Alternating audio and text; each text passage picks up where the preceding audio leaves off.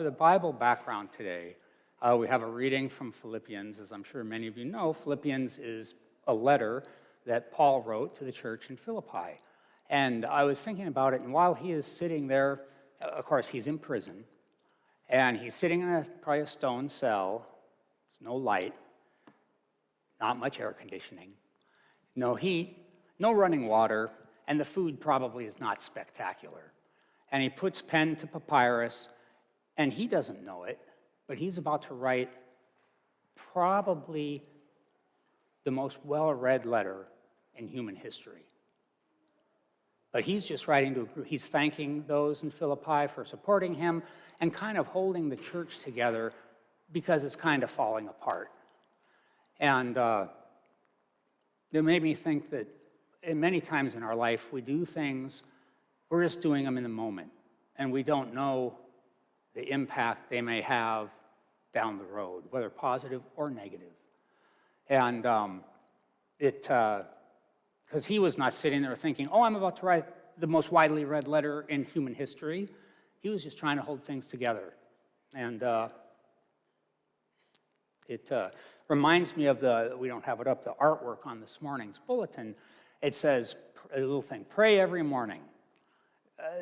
It's not very pretty. This is something that I wrote 15 years ago. I was in treatment to stop drinking at the time, and I just took I wrote it, I took a thumbtack and stuck it above my bed in the treatment center. I didn't give it much thought. I just wanted to start praying every morning and thought I'd probably throw it away at the end of the 2 weeks. Well, here it is, 15 years later, I still see it every morning.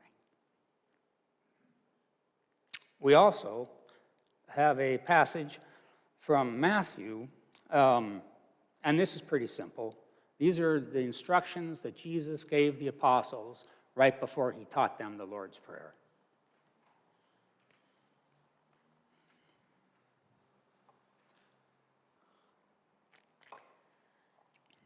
From Philippians, rejoice in the Lord always.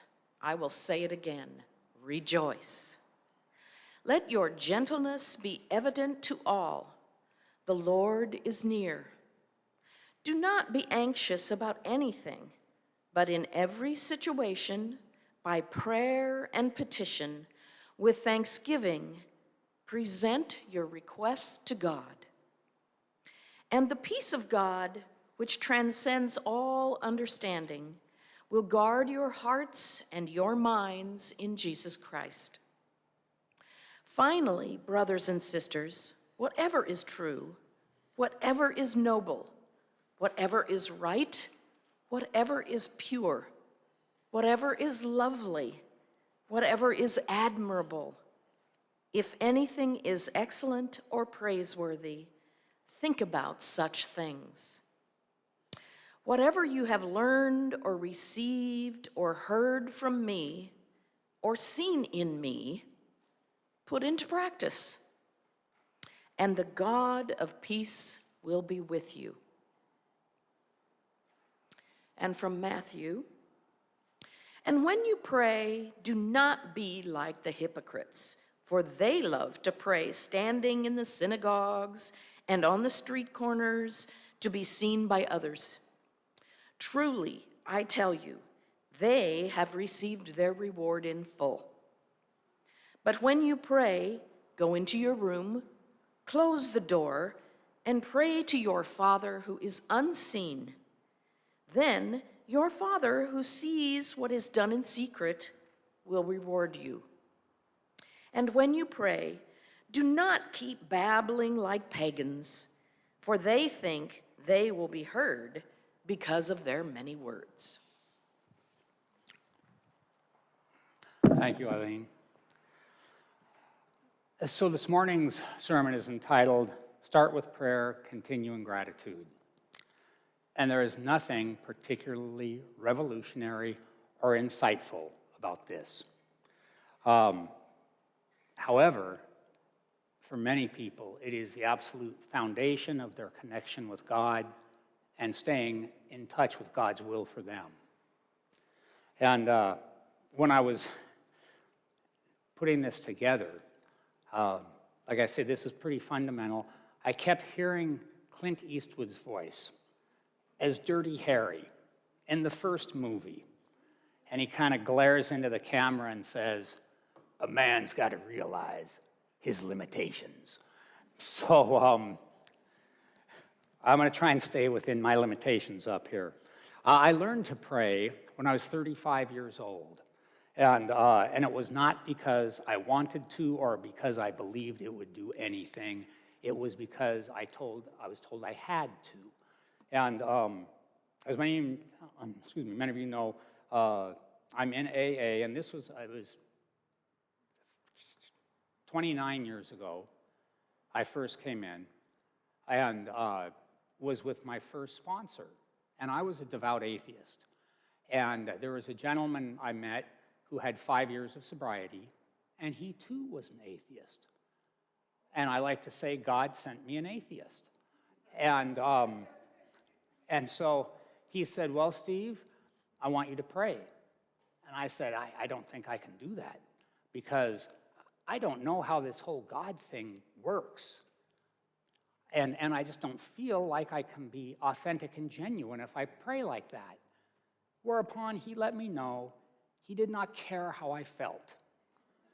And not to put too fine a point on it, he did not care what I thought either. What he did care about was what I did and my actions. And this is sort of my first introduction that faith without action is dead. And also, we act our way into right thinking. We do not think our way into right acting. So he said, "Okay, Steve, I want you to pray." And I said, "Fine, how do I start?" And he said, "Well, how about this? To whom it may concern." And I could get on board with that because I had no idea. And so that's how I started my first prayer, to whom it may concern. It only took about, and I was doing it every day because he told me to do it every day. Again, he didn't care what I thought or felt, just do it.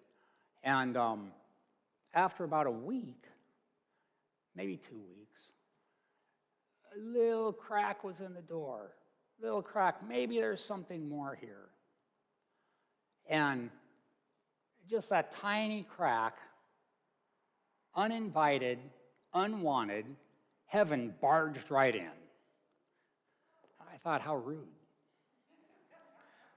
And it was quite an experience. I like to say heaven touched me. And by touched me, I don't mean necessarily emotionally or intellectually. I mean they actually touched me right here on the shoulder. My shoulder went down, and the love of heaven flowed into me. Complete acceptance, complete belonging, unlike I have felt before or since.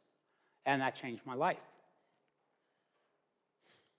And I won't go into the whole story. However, just prior to that happening, I was having a dream and was in a room, and on the room there was a picture of a church. And this was probably 5 years before we moved to Beaverton. And as it turns out, the church is our sanctuary. Had the tree, everything as seen from Park Avenue. And when we first came here, I saw it and went, "Oh, maybe I'm supposed to be here."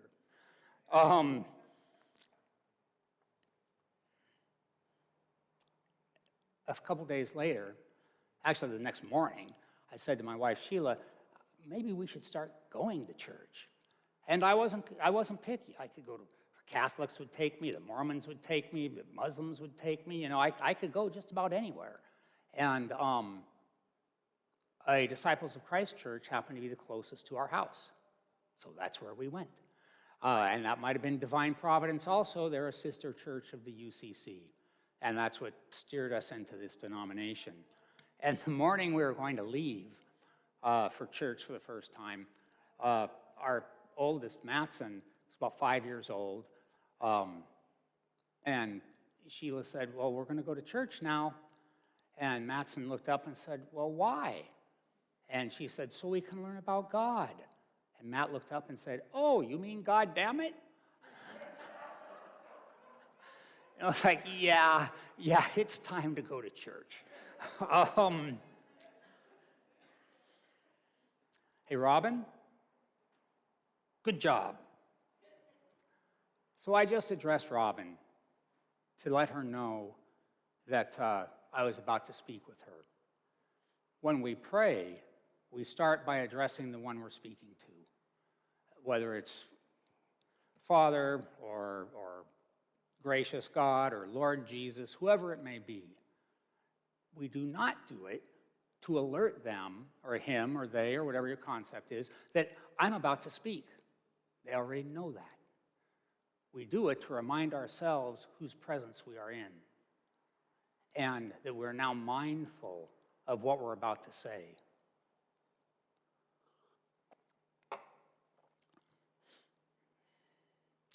And then, of course, we act with absolute honesty and integrity. No matter what you have to say, God's already heard it. So since this is a sermon, I feel compelled to mention there are generally five types of prayers that many religions and denominations recognize, and I'll go over those fairly briefly. And you've all, in one way or another, you've said these or heard of these. There's adoration and praise.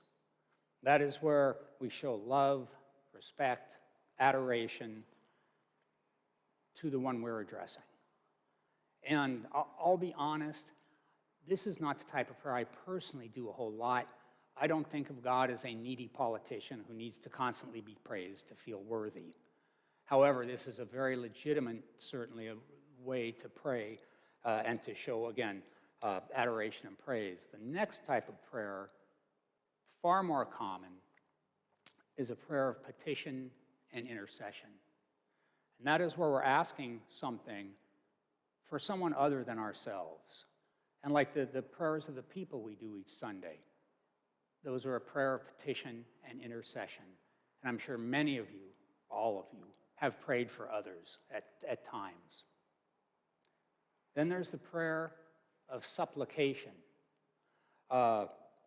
This is where we're asking, if not begging, for something for ourselves. This too is quite common. And there's recommendations that when doing a prayer of supplication, we get on our knees. And I resisted getting on my knees to pray for many years because I don't like groveling. Nobody likes groveling. But I had to change my attitude. And one day I thought, oh, what the heck? I'll get on my knees. And I get on my knees and I put my hands on the floor in front of me and I put my head down on my hands. And what I immediately realized, it shut out the rest of the world. I was able to completely focus on what I was doing, and I noticed not only the quality of my prayers got better, but I prayed longer. And then we'll get into the listening part in a minute, and I listened longer as well. I wasn't doing it because I'm unworthy. I'm not, but that's not why I was doing it. I was doing it, I did it because it allows me to concentrate. And for many people, getting on their knees simply physically is difficult. So if you can't do that, I would suggest just finding a quiet place. You probably already do that, to really shut out the world. And your prayer time's just you and God, not the TV, not the radio, not the kids, not the cup of coffee, none of that stuff. Just you and God.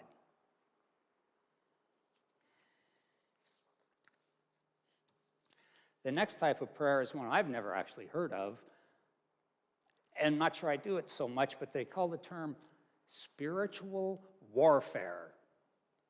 And this is where, and it does make some sense, this primarily is where we are in battle with ourselves. when we don't feel right with ourselves and there's a war inside of us and we want peace. And so we pray for that.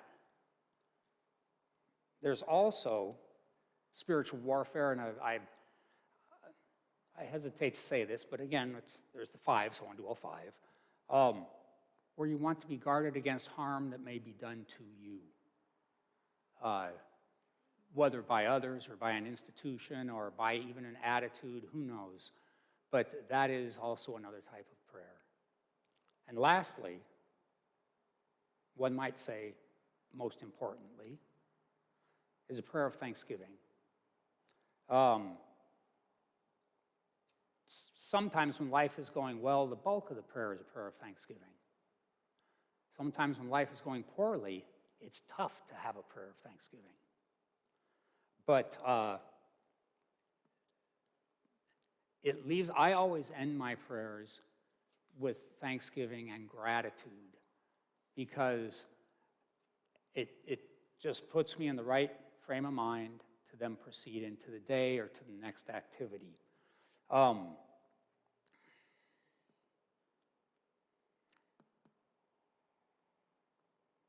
there'll be more about gratitude here a little bit later.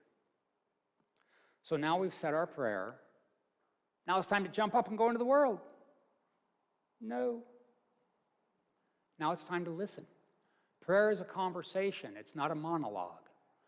And so the listening, praying is, you get to be in charge of that. The listening part, you're not necessarily in charge of. And it's difficult because we may hear something, and how do we discern, is this my selfish will talking to me? Or is this the will of God talking to me? We'll talk about that in a second also. The Bible has a number of descriptions of God's voice. And to some degree, we've been conditioned to listen to this voice. And in Psalms, there's a number of examples, and here's a few. This is Psalm 29. The voice of the Lord is over the waters. The God of glory thunders. The voice of the Lord is powerful. The voice of the Lord is full of majesty. The voice of the Lord breaks the cedars of Lebanon. The voice of the Lord flashes forth flames of fire. The voice of the Lord causes the oaks to whirl and strips the forest bare. Well, I would offer, if you're waiting for that type of voice, you're going to spend the rest of your life waiting.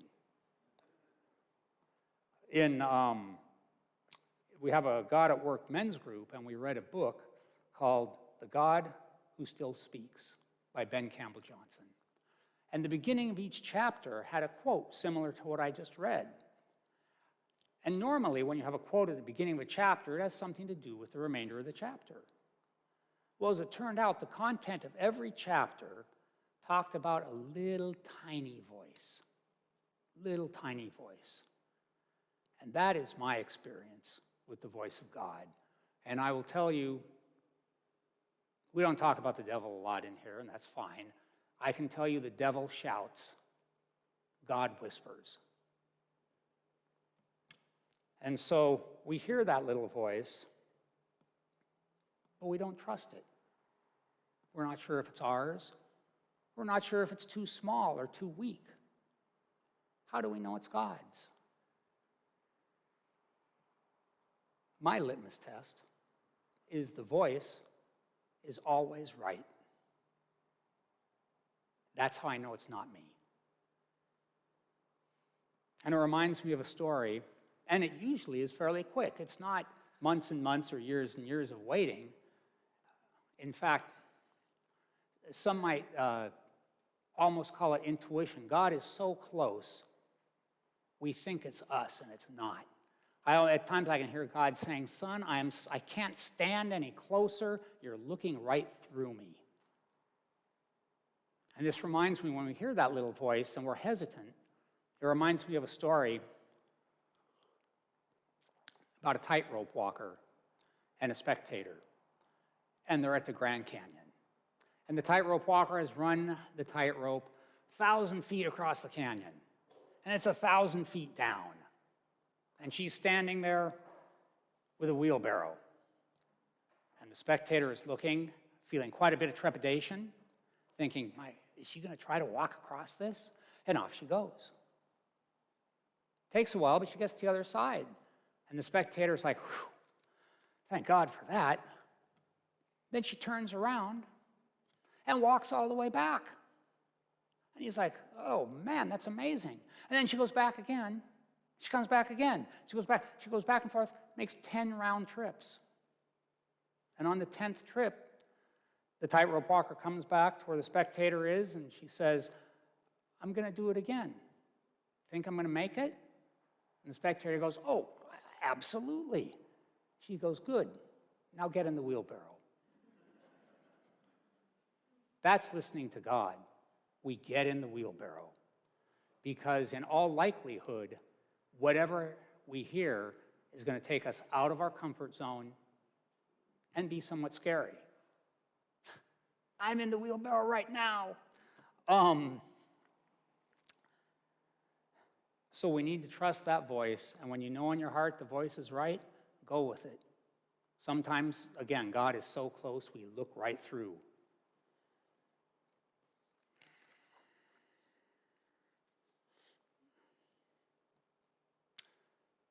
Many of us, and Mary Sue has preached some about this, we've heard of Meister Eckhart, a 12th century mystic in the Catholic Church. He did a lot of things, he wrote a lot, and I'm not going to go into everything he did because I don't know it. However, I do know his most famous writing is only one sentence. If the only prayer you ever say in your entire life is, it will be enough. We're now shifting to the gratitude section of our program. Gratitude, so at the end of our prayer, we say a prayer of thanksgiving, and in thanksgiving, gratitude is automatic, it just comes. And gratitude solves a lot of problems. This one thing, the same way winning solves a lot of problems for a losing team. Team starts winning, the players stop quibbling, the coach is happy, the stands are full, the owner is happy, the community is proud, all from this one thing. Gratitude also solves many problems simultaneously. It can sweeten our sour attitude on life or about others. It can give us hope. It helps us deal with adversity. It allows us to relish good experiences when they take place. It helps us build strong relationships. It can improve our self-esteem. Physically, we will feel better and probably more energetic when we are in a state of gratitude. We're able to help others and be of service. We're able to both give and receive love. We're able to see the beauty in life that is all around us. And there's a host of other benefits. And they all happen at the same time because of one thing, gratitude. My favorite movie is a story about gratitude. My guess is you've all seen it. It's called A Wonderful Life. How about this? Raise your hand if you have not seen It's a Wonderful Life. Very good. I won't have to go into the story too deeply then. So we all know it's about George Bailey, played by Jimmy Stewart. He's the head of Bailey Savings and Loan. Things have gone poorly. It's Christmas Eve. He is drunk and considering suicide. Clarence the angel shows up. Not being the most graceful angel, he falls in the water George is thinking of jumping into. George goes in and saves Clarence. And then Clarence takes him on a journey to show him what Pottersville, his hometown, would have been like had he not been there. By the end of the movie, nothing in George's external situation has changed. The savings and loan is still in trouble. Uncle Billy still lost the money. Mr. Potter's still hanging on to it. And in fact, really, externally, the only thing that's changed is now he may be going to jail. But he's gone from suicidal to being the luckiest man in the world.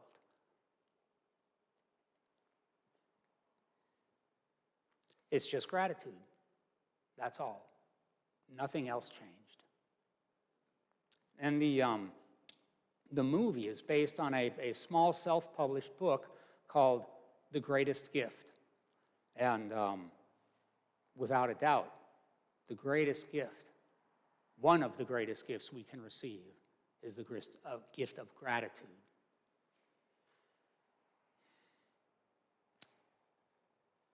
I mentioned that I pray every morning. I don't have a set prayer when I get down on my knees. Each day it's a little bit different.